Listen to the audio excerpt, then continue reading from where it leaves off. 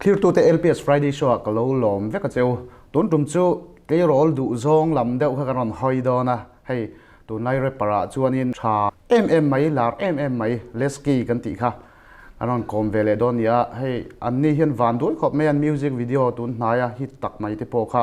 YouTube lama tangin a semna enge modeu te khan dong ni teng kan sia chumi piala ma chon ama hi kan soi zaw lok du chu re para chuanin enge athiam ga lo ti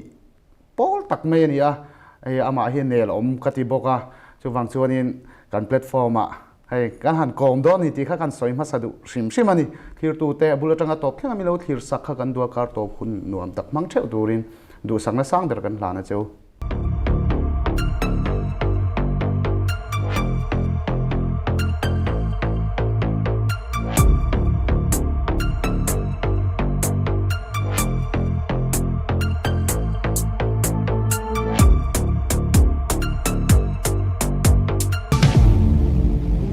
tunlai khovela zirna thahi zirlai tinin an mamoli an nakin hunchil tu poimo berani Mizoram zirna changklung le tha pethei ikfai University Mizoram Chuan Management Information Technology Social Science le Humanities Program shanga te admission hong le ta semester tina zirlai ti thazwal te hne na NJY Merit Scholarship pek chinan ni a library chatak ba ka computer geography hospitality and tourism laboratory changklung taka ombok zirlai te hi India rama company le hotel lar tak taka te placement le internship le pui chinan ni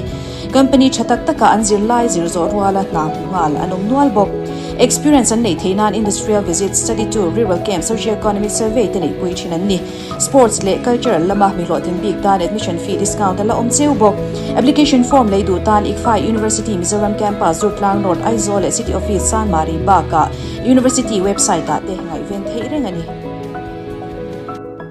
ole Lesky chibai le hai kan lom khop mei hun chep takara interview na hun thamin pe hai tunlai chuanin mi hi kanin ang to lo kan buai to a chutiang khara chuanin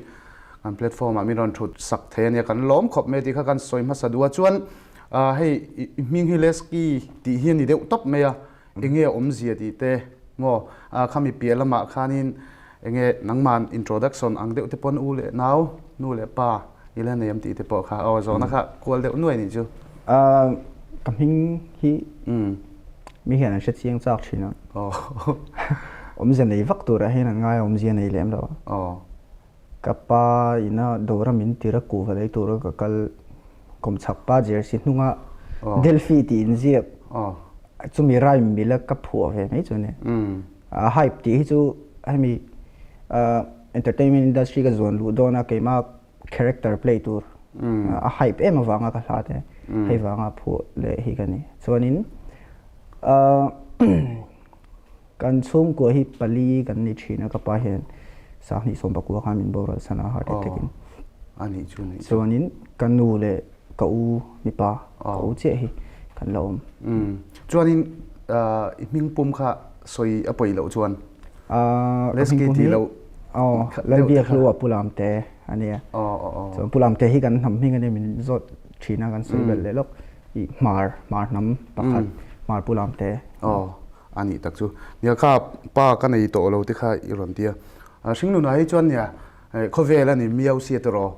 e te po samni som pakwa kha ne ki samni pakwa ani vele chi ati te po ka soi lang thar du ka pa bo reality khan ka ril ro lo om thota chuan kanin kom chan ti te ang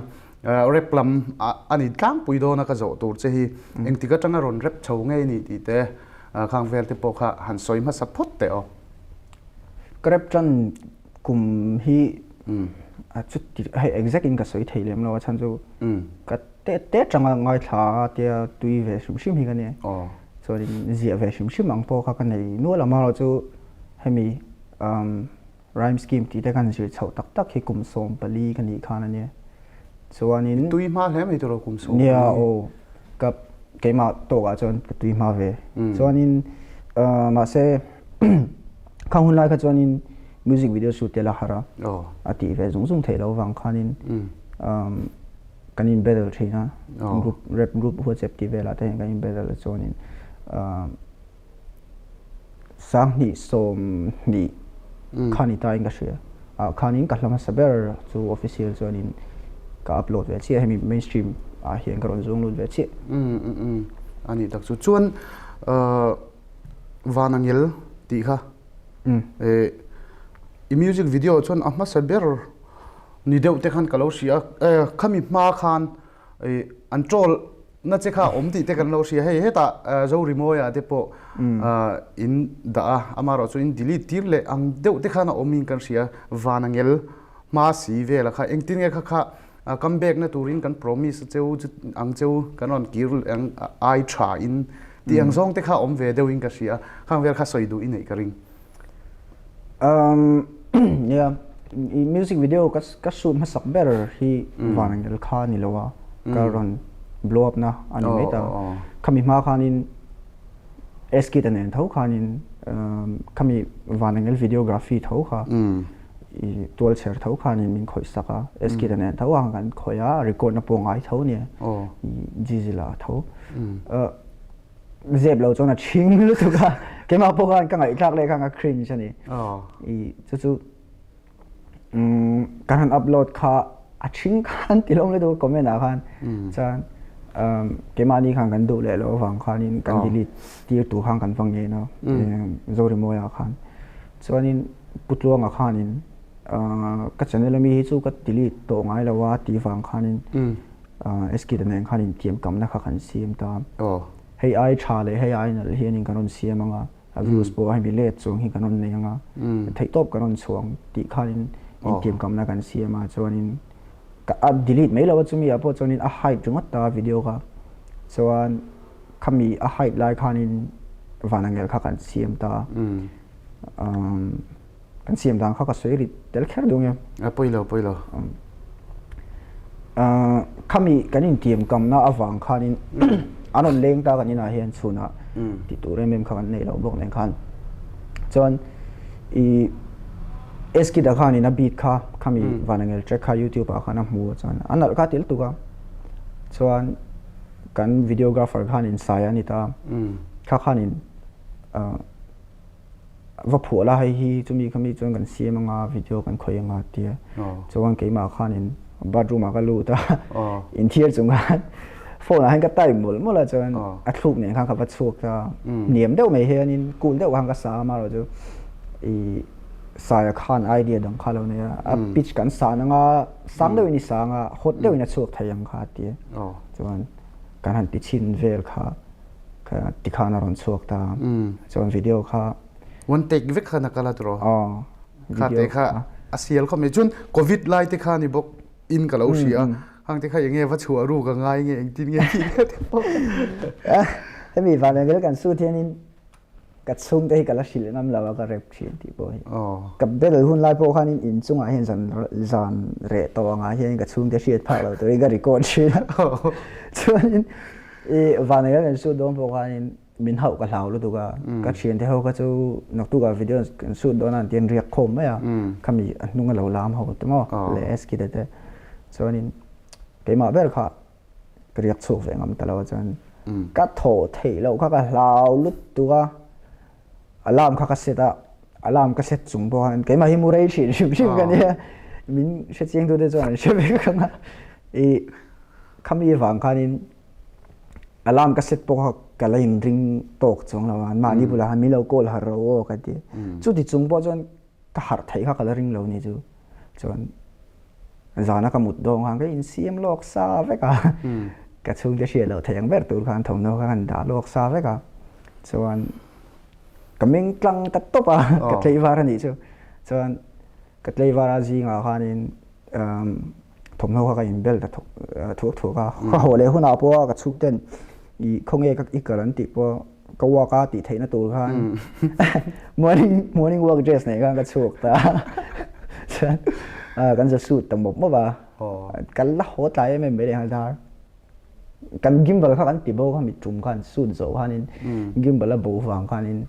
dar ka khat le chan le khan kan ho hun tur kan ho thlai min la se chuak ta thau le ma la ai film khur te re khan ting vel chuni chuanin lockdown lai khan nia lockdown pi lama sunday ji ngani wang khan motor kha hmu tur kha um lo ta chia anal te por nal chuak thei khop me tro làm thế khai nghe asan pain zirna te nei nge ron zai hoi ngal maya amak ka tia chan chu ni china ka soyang khai nangma ka hriat ve na che ani kha la kha làm chung chang bi te kha o kan au pan zual deuh lai khanin rep ka ti tir lai kanin bel thin ma le zual ni chu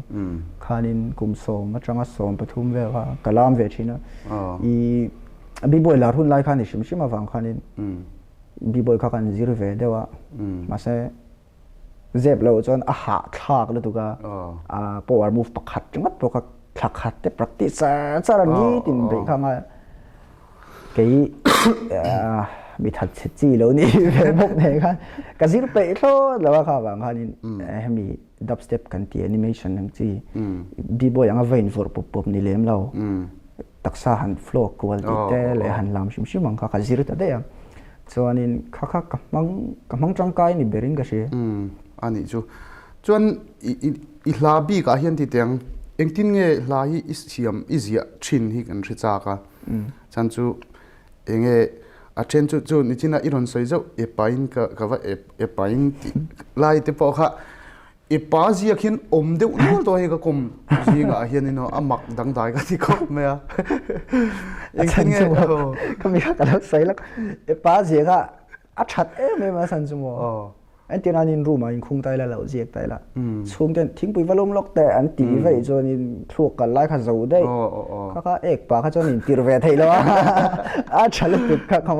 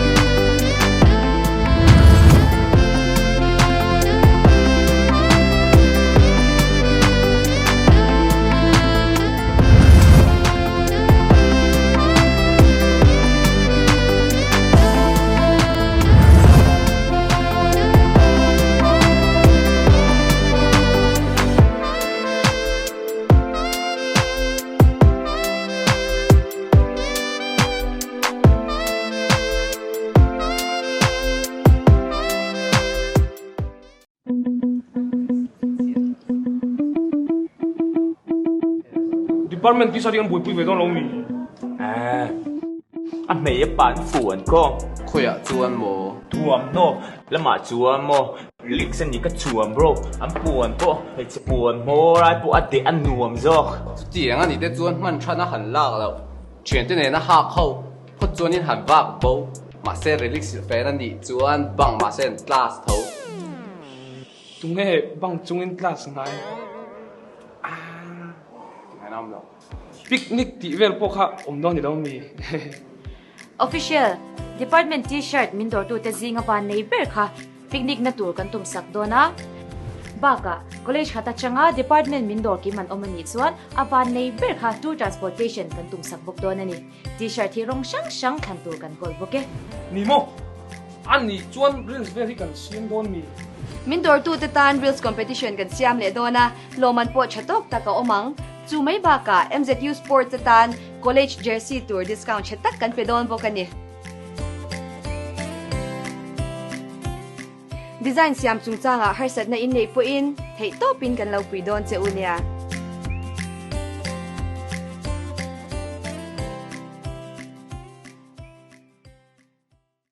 chuan khami ba ka khan enge engting nge easy adan tlang puite I ol sam nge engtin nge easy thin dan te khan soi lok te dẹp lâu chọn cả ol sam tlang puya ka hlau hi studio ka zia te ni thina in soi thei mi lo ti mai thei ma se ani tap tak studio ka zia chop mol ka record ngal video shoot la first po ka thiam man lo te ni thina thren kha di ka bai hat man lo te ma se thren khat hay ti tak tak ti mai la tran ve deuh na te ka nei thren kha ta chuanin ti ne na te ka nei ve studio ka zero ro po thren kha ti chu tang de ka zia te ma thren kha chu ron lut mol la ka ziak mol lang chi te ma ai nang lawa ma se tang puin la zia hi chu กระตุมะกระลูกกระเปกชิมให้จวน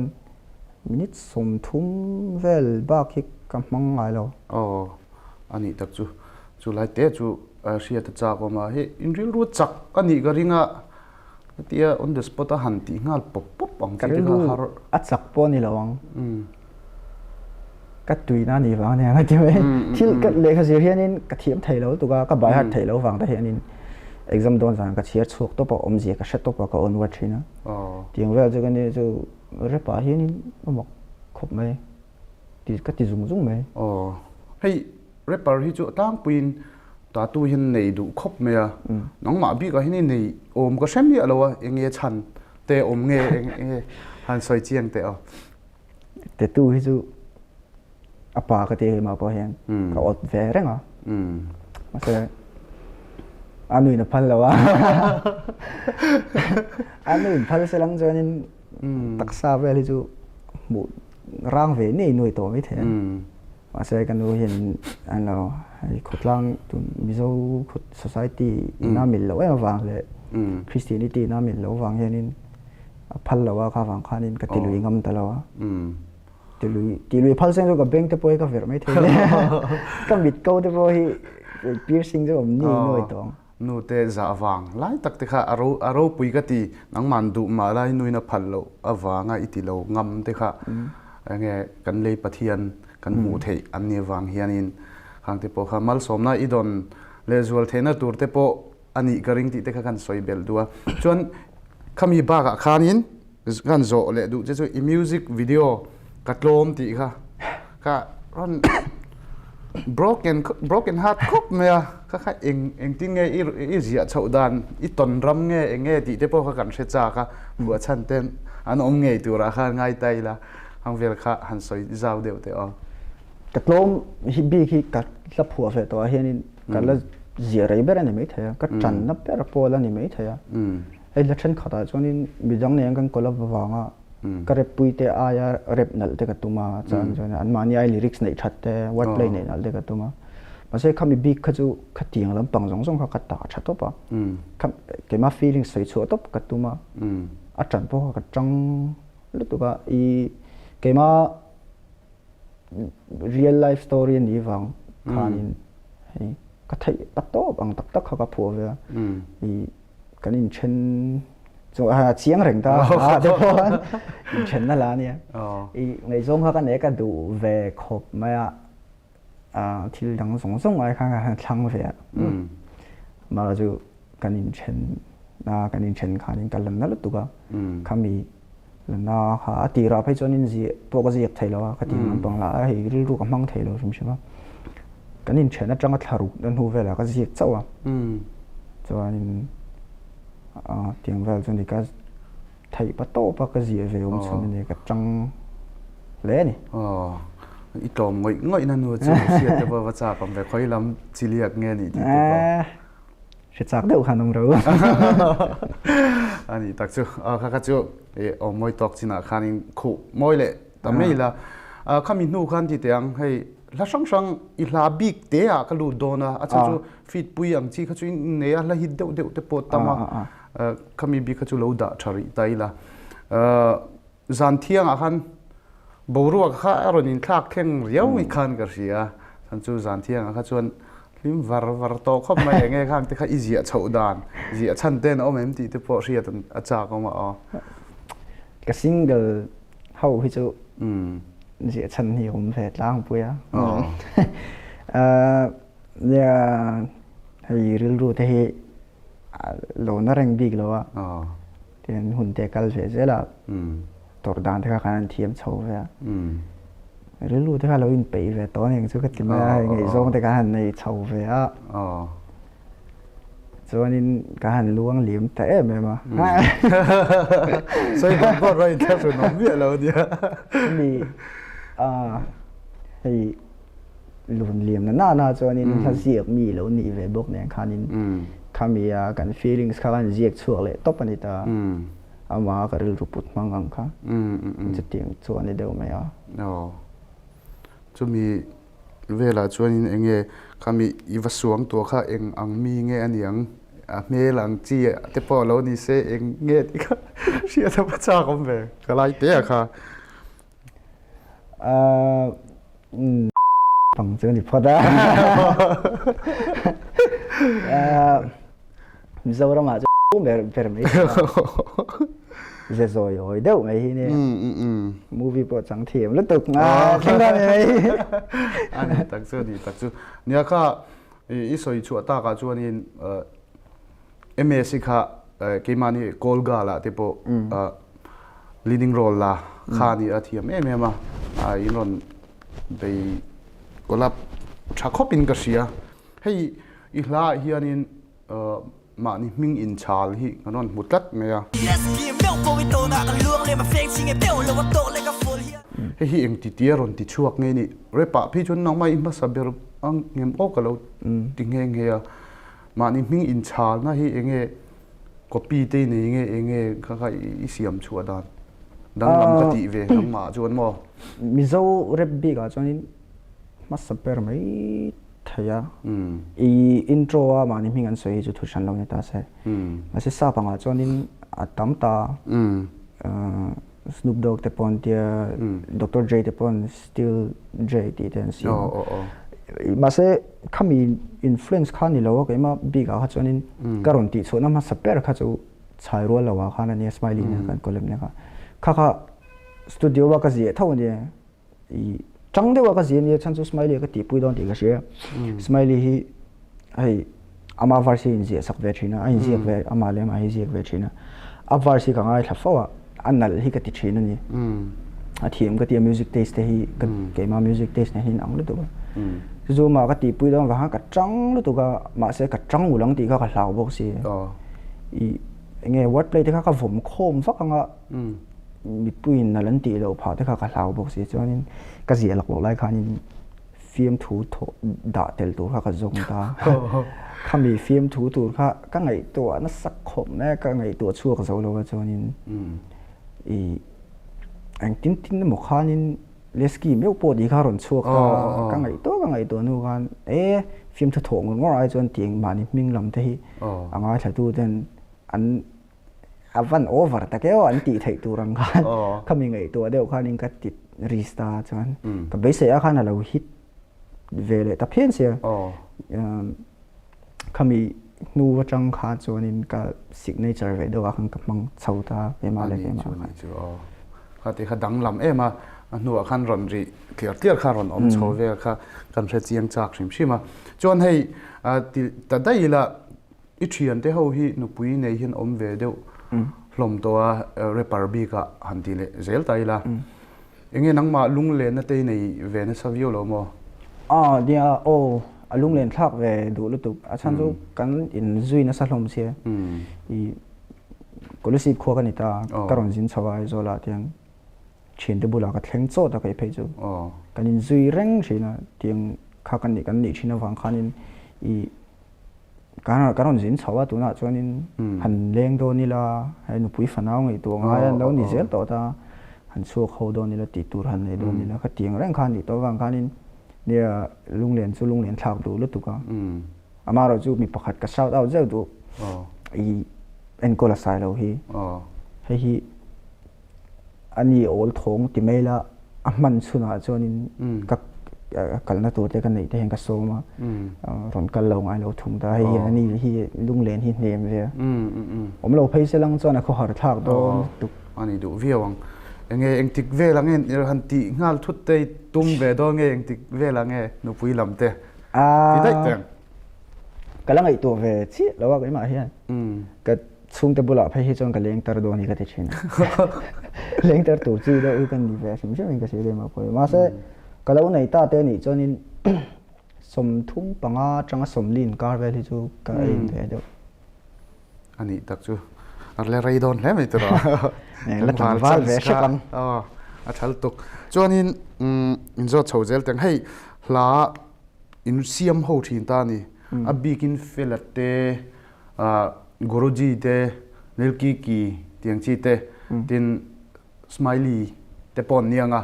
เตียงขันชัดเดียวอมทินตานี่อินลายที่อินเราหูเฮียนี่เองนังมานี่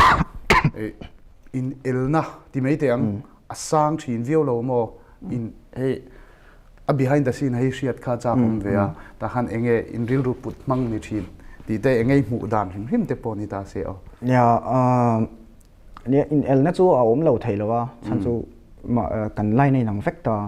music line a kal vek kan ya a thaber ni tum vek kan ne in el na chu a om lo thei lo wa chen khat hi zon in real ru thalo deuh te pon lo pu mai thea in lp lama in air talk te pon lo mai thea ma se keima mi mal bi ka le ka thien hai vai chen khat bi ka hi zon in ka she chena hi zon in el na thieng hlim hi nia keima ni atang zon kan circle ti top mai la kan circle anga zon i keima ni le keima ni a hla hit te kan lo nei hianin i kan thian te lo hlim veng veng an nom thina chuti la zon in hlim vak lo te po an lo om thin tho ni ama ka soi kher don chuang lawa ta chuanin ka thian te ho hi ke chu kema mi mal bi ka nga chuanin i hla hit te an nei hianin hei ka lo phur ve thin ni hit siam ve chak na ka mi ron pe thin ni hit te nei se chumi zo chon chu zui ve nga lila han nga lila ti te kha ka chak thin ni chu ama ro chu soi le soi nu ko si pa om kan ni wang hianin thili ka ti ve zung zung thei lem lawa a hau taka ron jin na ringot po chu wang chuanin hei ka chu zui hlei thei zo thin lo zo ka chuanin ka thian te na million views ma deuh dewa an nei te hian chu soi yang chuanin phur na min pe ke chu ti ve chak na an ma ni in views mu thalo se o ti ai chuan an ma ni awanga ti ve chak na ang kan be el na thiang hlim thalu tuk nya ka chu ka soi bel lawang engemaw in zo turala tam se million view hi ti le ta dai tai la ingzat bor nge inei ve to le million views hi la sawm chu kan nei ve to ani ta chu tam to la me ti ro engtinge ani le mo a huk lai te te hi ti tiang uluk hey melodic rapper in ta nang mani bi ga chuanin a huk bi ga hin uluk thin vialo mo engtinge in zon in bengaron cham nge engtinge beat atang beat omsa in ngai ka ka tang nge engtinge in siam dam tlang pui kan siam dan chui nang vek lo mai thaya ma se keima bi ka chuanin i youtube bi thi ka ngai thla chumi tang chuanin ka phu mai zel ta i hlat chen khat ka million views a hian pathum pali vel hi chu huna phu ang khani a ba khi chu uluk tew phuat chuan ni ve tho chorus bi ka hi chuan chan chu kan tun lai la ang hi i chorus hian a choi hi ngai le tu ka chan chu rap verse mi hian an ngai thareng pe lo i chorus an lem lo phei chuan chu a chorus mi na an ngai thak tuk kha chuan rap verse an ngai thlatela khawang khanin rap verse kha chuan lo thiam ve mai tha khanin a chorus khan nal kha ngai a la choi tu ni wang khanin mi bengat sam reng thei tur hei a thuk vanal kol ki koi kol du ai chuan mi na an ngai thla kan bengat sam reng tu sak chho don po a zai thiam vak lo po na an sak pui ngal thei mai tu hang kha ting kha kan zong na sa thin ani le mizo tong chungchang a hei rapper ho hi mizo tong chu in ti ho sa ti hi chu music line ai chon nang ni tukin om ka ring lo wa tong kam mizo tong sim sima point uluk thei em atil engemaw newa engtinge ilak khom hla izia hian ti teang engtinge ilak khom thin tong kan tong sim sima po ni se hei enge asleng deu ni mo thil sang ang chia khan ilak lu dan in chiar zaw dan kha se cha cái chung cái mà bị cả ngã cho nên lấy cái bôi cái chiar bể lâu tốt à i lấy cái bôi cái chiar bể lâu vàng hiện nên i internet hiện thì cái chiar nó sao mà sẽ internet cho nên English anh dễ dễ vàng hiện nên hay mi sau literature phải cho nên improvement thì tầm vóc lo mà sẽ chặt về đấy là cho i English word mặc đâu cần lâu share lâu để cái phone này hiện nên dictionary cái download sa ta Bible là dictionary cái download về ta cho nên i dictionary hian khami word kha ka va en me a chuan al ain soi fia na hian in tong kam mak teu te hi ka mule non lol thin ni le sab rep ka ngai kha ka an rep hi ngatinge an soi fia an thu soi hi an soi fia em le line toi te a nal deu an soi fia hal vek thei bi ka ke ni in soi don ni la line li line nga vel dei nga yom se ti te kang ai to rin chu ti nga chuan in hei mizo tonga han le lin ve hi kan tum chin vela thui de wa ka zia kha toit fel te zi chole thei kha ka tum china chu ka ti thei kha chuan in hei mizo tong kha man tur kha thua khana dap na sa ni chu toy fel te a entir na pek ngal me thei ang chi tu ang kha khami atang te po khana ni ve ang karing ani chu ngai nom reu hle me kha te kha ka hre chak ema chuan in inzot chho zel tai la nangma sim sima hei ifesona hi ka zot dai du che nangma hi an soi thin dan chun simple lutuk an ti thin chen soi phone ni nge fashion chung chang vela hianin I pe thamu mal lo thi na me nge hei hanin chei vak ti vela te khami pialama music video te po ni se sang sanga te po anu po he min hau thina so do na te hianin in chei ve de ro min an en chenga in chei tha chel du kan ting chenga te hi min ti thina homai mai hi ka te ka chuk liam le mai je zo ka I mình cắt nấu bẩn đều lại cái cho nên in xây vút rèn ngang hi cái này chiết lẩu tung rèn ngang chi cả mà sẽ có úp cháo ai rulu te ron dang lam cháo về à bốn làm đan đan hi chụp bôi mỏ sắn hi cái sét tổ là cái chú in xây vút ta mi na min ai lẩu ai cho nên hậu đều in phải xe hậu đều in suốt chút cái là thòng thòng ai bộ hàm ai là mi hàm bèl chiang xe min phak zok se men bel chinga min soi se le ai cho min bel chinga min phak zok se ting te kha ka du zok awang hianin hei kangai poi ka du lo tin ani lovin min lo chei don se designer thiam tak tak min chei don se ka du vel tuk tho nal deu deu lan te chu kan du ka kang ma se kha ka ril ru berani to lo wang khanin kain uluk lo tin ani lovin thom no hei chang kang le mi nei phak bak ang khak ka tum ve rang kher to lo ani chu kha te kha riat cha kom rio simple nia simple te poi nuam lo dero mi patan hi chuanin ha ol sam nal dewa in phur tum ha hai chani thol nuam dewa ko ka nuam dewa de cha heu mai na RC mobile chuan dor pui le chan mari ba ka bethem veng khanga branch thara hong le tarup mai le amak to pani chu chuan mobile phone company brand sang itana ron chop chuak le boke Realme le MI TV pon kola heng po hi company warranty om ngei bokani athatop RC mobile chuan mobile phone company brand sang aron chop chuak e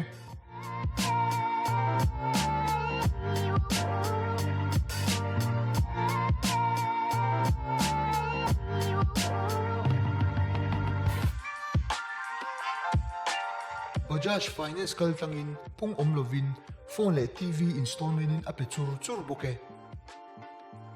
Siam te 15% in a discount ta e sofa bika 15% discount me baka footrest pani le pilok athlonin en petel don bokani Oakwood quality ngai pum kanni na hi runbel chiang vero le showroom chingveng phone 98623 35936 98623 82771 Oakwood quality concern ani le in hla atun hei mani lokhan in athar imron ne van sanga tinin ka ria ka in jelai ne khan imron nei du na nia ka la kha hit khop me a hit wanglai takin ni min vel ria chual lo chuan YouTube khan in anron shem tlat mai chewa kha enge chan ti te enge ing mu dan sim kha mi chung chang kha riat kan wa chak ve kha nia kan soi zau de hlang ngamo kha bi kana I mi la kan sample ani ta kan sample na po kan zep si se lem lawa at ni na taka phaijon video kan su dong hanin kan sample na kha atira hen computer place kan play kan tumani cho I a ruang zong de khanin de kha me lo chu kha no ma chu me ba ka engen yang I khamia YouTube na min remove sak khanin I copyright wangan I khala ti ver ngot te no mani chu thil hi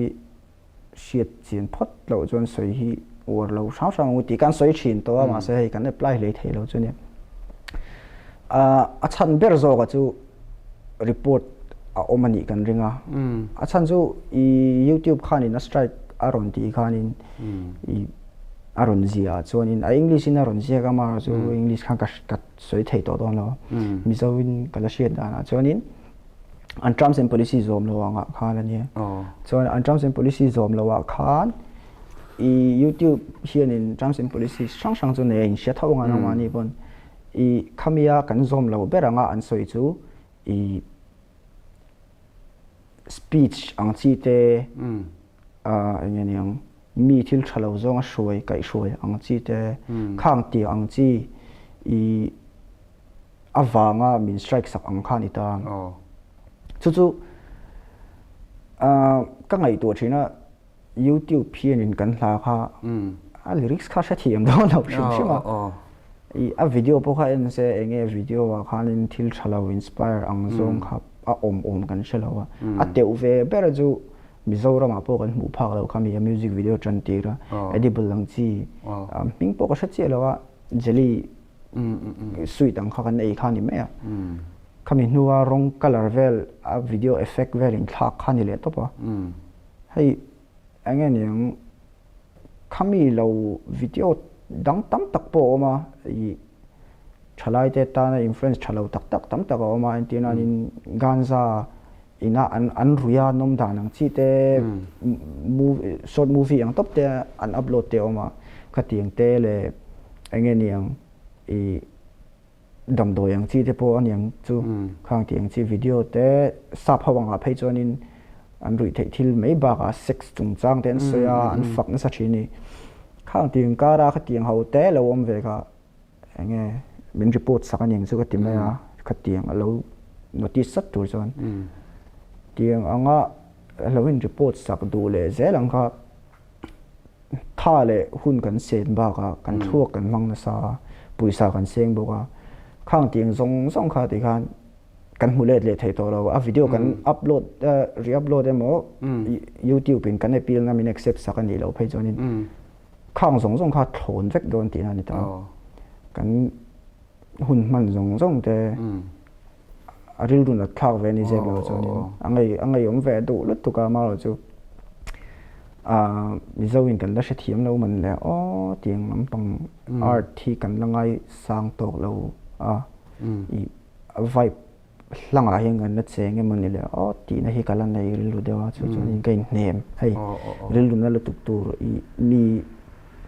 enge min report an yanga TFS anga mi pui te va dem ngot ai chon chu mani nem na kha ka mang ta top ani chu chuanin khami a rep big te kha ka zot chak che a dang lamani nang manin engtin nge in huanga hin in soi ka shelawa enge khatiang style kha engti ron ti chuak ta dai nge ni a dang lama nal boxia benga a cham ve ni chu tin reels a te po tu na pe chun ma chuanin a tam em ta phun rem kha tamani chu kha engtin nge idea nei chu adan idea kan nei po ni chung lo soi du chu Snoop Dogg le bibi rek za la kan sample chonin kein la Snoop Dogg cha kan ni a video bo kan Snoop Dogg lang dan kha voi khat kha ron lang heng ya masek mi so tong khana thei ve thod lawa ai ngen yang mi set te use tel mi khem tel a tong kam onem dam deu ang kha a thei ve lo wang khanin ke ma styling ka timayang ka tia chon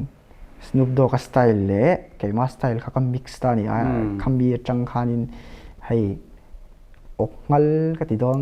sim om deu wa sang thok ang chi ga ran chuak ta mo chain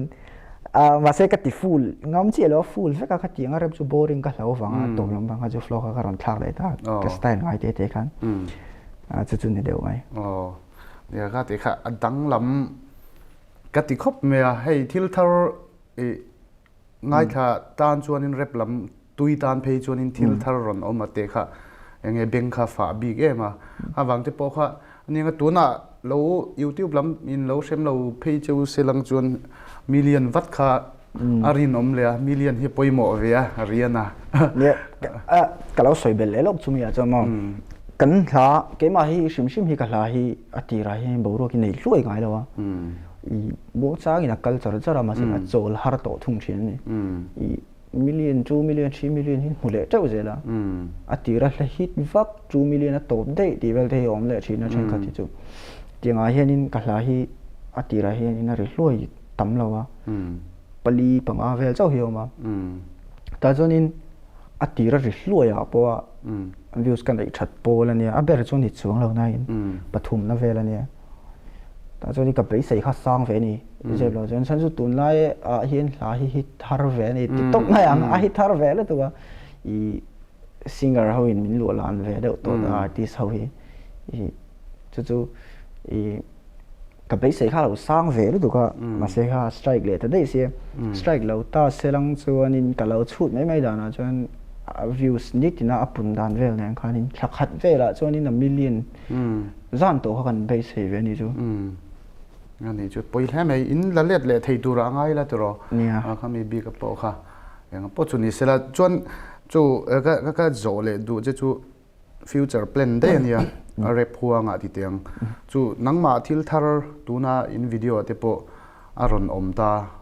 ti ngai lo deuh thil thari ron ti ta ni kha tiang chi khan engtin nge a melodic zong khani culture char don nge thil thar kan mu chho le sel thei don nem ti te po kha o I ka plan hi ka nei lok sa to I midang tan chon in thil hui ne a ke ma tan chon thil tharan do na kala ti ngai lo top ka ti do na I kumin hi chu kumin lo ni to phot ta se chan chu record sa zong to te nena upload chung nen kumin chu lo zo mai don ta kum tharanga chon project thar ka buaipui chan le huna tang chonin I ka tum dana chonin melody lampang hi chu ka thla deu do na ma se kha wang khanin hemi min ka burang chi ka ti don chuang lawa I engen yang storytelling kan ti ta I thon thu soi yang chi te chen kha chu tragedy ni nga chen kha chu real life event ni nga chen kha chu ka pho chu pang chi te I verse 1 2 3 omanga thon thu ka soi nga thon thu soi nei nom kha ni deu mai nga khora sa om le to panga zai dangom lawang chi kha ting kha ka try ve dewang kum thara tang chuan ani tak chu chuanin engtinge nangma hi zirna lama ka zo dei du chia enge I thlen chin ti vel te po conversation cha zirna lama hianin BA hi ka graduate ve to a chuanin DLED dai khi ka zo to boka chuanin TET paper 2 zo khi kala exam le do na chuanin ka zo le ni chuanin ka shalo le open ve la me ka kal mei thia ka kal to le mei thei boka itu ma kha chu sia deu roing ka sia zir tir tu ni chak deu nge ka chak ber zo phe chu lecture ni ma ro chu hau tak to don tu a le hai kum atam chho mei do na tu na jon la tle ma se ka zir lak lo lai ve lang chawanga khanin nge niang thuốc te lo chol thut cho ta se zir kha pe yong to lo ve ni se lo chan BA thleng kan kala ne ve to ni tiang life ngat kha ma chu ka thei ta lo ni point high school mo middle school vel tal chu zir ti ve chu chang ani chu I la thleng ngai tura be sei la tro chuanin rep huang shim hi ti dai tai la hei a ma ti chuanin fiam thuan soi rapper ni tur chuan be do na ngai non be do na ngai ti ang chi le neu kha om thin ani kor lien deuh ha mai mui lien deuh ne non kha be dong hle tur ti khan soi thina ama ro chu hei lomom ka ti na deuh na chu tu na te po kan mi ma sa ti teng enge heta ali jen te lampang ai ma chuanin ezz te pon ni thota kan koma tiang khanin ani te po zir tir tu ve tho lo nia remtihna bika khang te kha lo nia chumi pilam he doctor riu benati te marfia te po tuna ukil tiang chi te an lo ron ni chho vele neu hianin enge mojong takhi chuanin akai shuai thafu chho to vion ka shi kan en dan po dang deu toin ka shi a tuna in thlen china hian ti teng rep khuang shima no pang ron tui tak te pon la om chho zel donin a rin oma ta khan enge tuipui ta kha ingai shim em tiang chi te a huang chung shima hi a boi thak a ha thak em enge khami a khan soi dui nei ka ring o rep chau ni lo entertainment shim a hi chuanin a thalo lam le thalam hi om vekta thil shima chan entertainment shima hi chuanin a thalam hi atam lu tuka ase khating sa thau khana thalo lam hi tam ta rep big chau po ni lawa hian chu i nu le pa te pon hei vazuang lu lo tan chuna hriat thei lo nga nu le pa te pona a hria se ka ti deuh chu an rep paran ni wang khanin an vasual kher don ti na ni big chung lo i hei soi ho te po anianga sar leri te po I ka hriat su lo chun engineer te pon ne tiang khanin enge an ma ni nan zero chon rep para za om tak pon ni thaya I mi na khi tan en pon ni thaya ti lain repar ni chuang mi lo heta nge ni ang entertainment a zuang lut version shim youtuber po ni se I singer po ni se I ang po lo ni se entertainment a zuang lu shim shim chon a thalo lam kha om thau thawa a repar ani big wang po ni chuang lovin kha I eng ang po ni se influencer po ni se a thalo lama kal lak lo chon I hemi nun bol ho tak te po nei chho thaya khatiang a khanin repani wang khanin ava that lo big pha chung lo I midang ti ve tan khan I du puyam ti lai kha keima advice pek du te poi nei the o keima chonin thalo ti na ka nei lawa I an tuye ni chon ti se ka tu puile to ka chan chu I literature thau sa tu ania I mizo tong ron thak tu tam tak him rep ani ve pakhata I engeni tong kam tu leng ron manga ti khan Eminem te pon Stanley atangin Stan dictionary an da lut mai ni khatiang deuh khanin I mizowa po henin tong kam engeni ang bungruwa chi sang that tak ron siam chu theina te nia khatiang awang te po ba ka engeni I kan naw le zel te ta na en ton tlak turan ni phai chonin ti se ka du lu tu ka ma se ka fa te ka lo nei ni chung ka fa te shim hi chu I rep chau po ni lo entertainment industry in zone du ka du lo ani chu halai te khai ngai dan hria ta chak ma chuan hei hun ne thil ti thing kan ni wangin atop lam kan nai chho me anga ti teng enge nangma shima kanin zo mai ngai poi mo zo ngani mo lawmthu soi du na enge mo ang te poi I nei theya khatiang leng tel khamin soi sak lela an du tok don ne I atira khanin iron thu thaya kan lom lu tu khai ti lawmthu soi le na hun kamin pelawa melo kom ve du ka lom lu tu so kai mai I repar that tam tak zinga lei ma ber kher ke ve te lu ti ka ngai thlan nem le to gi lai te ka ngai thlan sa ai hei tak tak an tam tak tak ani I ka thluk lo ngai ngoya ka hriat tam tak anom kara ke ve te lul melo dong song melo kom ve du ka lom tak zet lom hle mai ke ni po kan lom lu to ga hei kan soi tong khan I hun chep takara inkom namin pe ni akan lom ma I kal le zel na tura ke ni LPS Friday show de chun du sang na sang ber kan hlan che